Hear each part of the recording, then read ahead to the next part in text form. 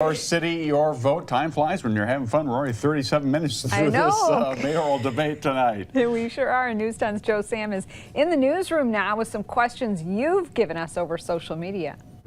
Thanks, guys. Yeah, we've been talking about the debate on Facebook tonight, and we're getting some of good questions there, here, and on Twitter. Now, we want to go ahead and throw out the first question, and that one goes to Andy Shore. It comes from Jennifer Lane Neely. She wants to know, why do we have the second highest auto insurance rate in the country, and what would you do about it? Well, thanks for the question, Jennifer. This is I serve in the state legislature, and this is a big question that we're tackling now. So it's not a city issue. It's something that will come at the state level because the auto insurance rates are set based on our no-fault system. There's a lot of different options that are being presented right now, and we're exploring all of them, to be honest with you.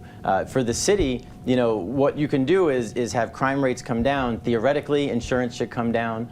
We haven't seen that in the last few years. Lansing crime rates have been down, and we have not seen the insurance come down. So I think that's going to be an issue that's tackled at the state legislative arena, maybe this year, maybe next year.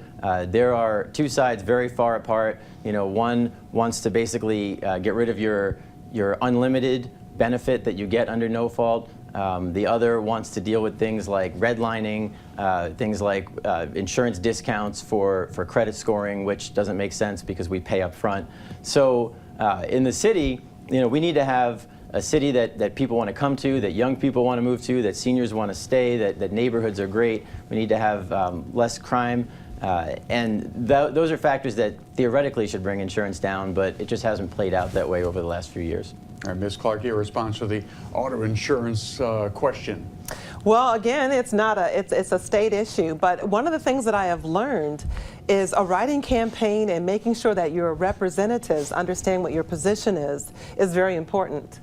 And so it's very important for, I can't remember who the name of the person is that wrote the question, but to have a writing campaign, to visit your representatives, and to make people aware of what your position is and what it looks like. So as a City of Lansing perspective, it would be wonderful to have a consensus of individuals that are sending, you can send it to Andy, is sending information on what your position and how you'd like to see it resolved. All right, let's go back to Joe in the newsroom for another question.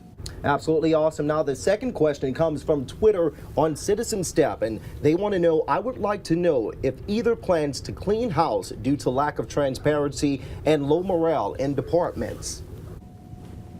We'll send that to Judy Brown Clark.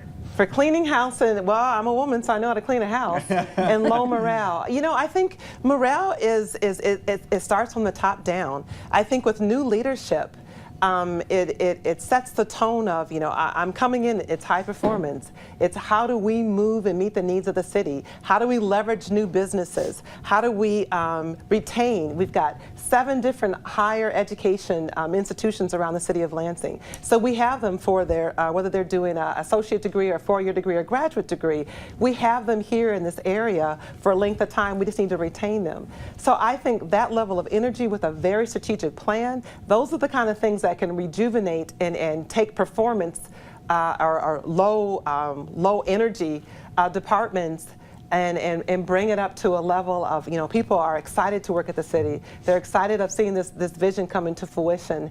And so, you know, cleaning house is, you know, when I hopefully come in as mayor, then you know what, I will sit down with everyone and find out, you know, am I someone you can work with? Here's my expectations. If you can meet those expectations, I certainly want to work with you.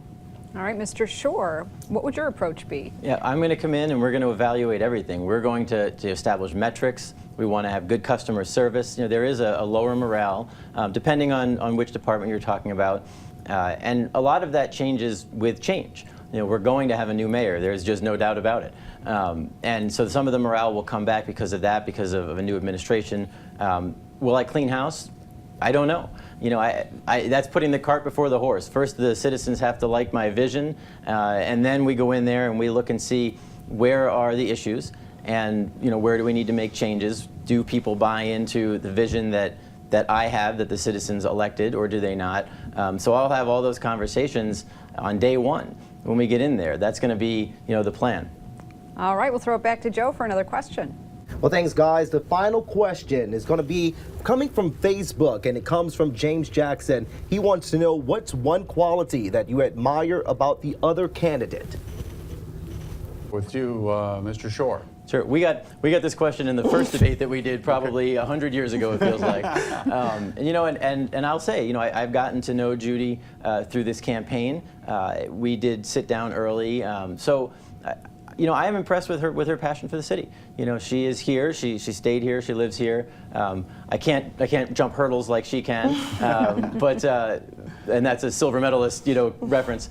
But I'm impressed. I mean, she's got a passion for the city. As we go through a lot of these candidate debates and forums, she definitely shows her passion, and it's impressive. Ms. Clark, your take on Mr. Shore? Absolutely. I've really, these debates are, kind of showing your position. But one of the things I've learned is he's a consensus builder, and I would absolutely love to work with him. Hopefully as a state rep and I'm the mayor, but I appreciate his commitment, his ability to have a vision and look for consensus. I absolutely adore the fact that he just absolutely puts his family first, and that's a testament to him as both a husband and a father. And so I have full admiration and would love to be his colleague in any capacity. All right, very good. Thank you both for being very candid about that very candid question. Joe?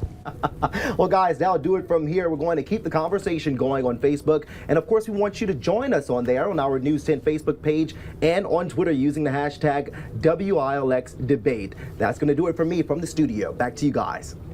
All right, thanks, Joe. You can keep the conversation going on Twitter, like he said, with the hashtag WILXDebate.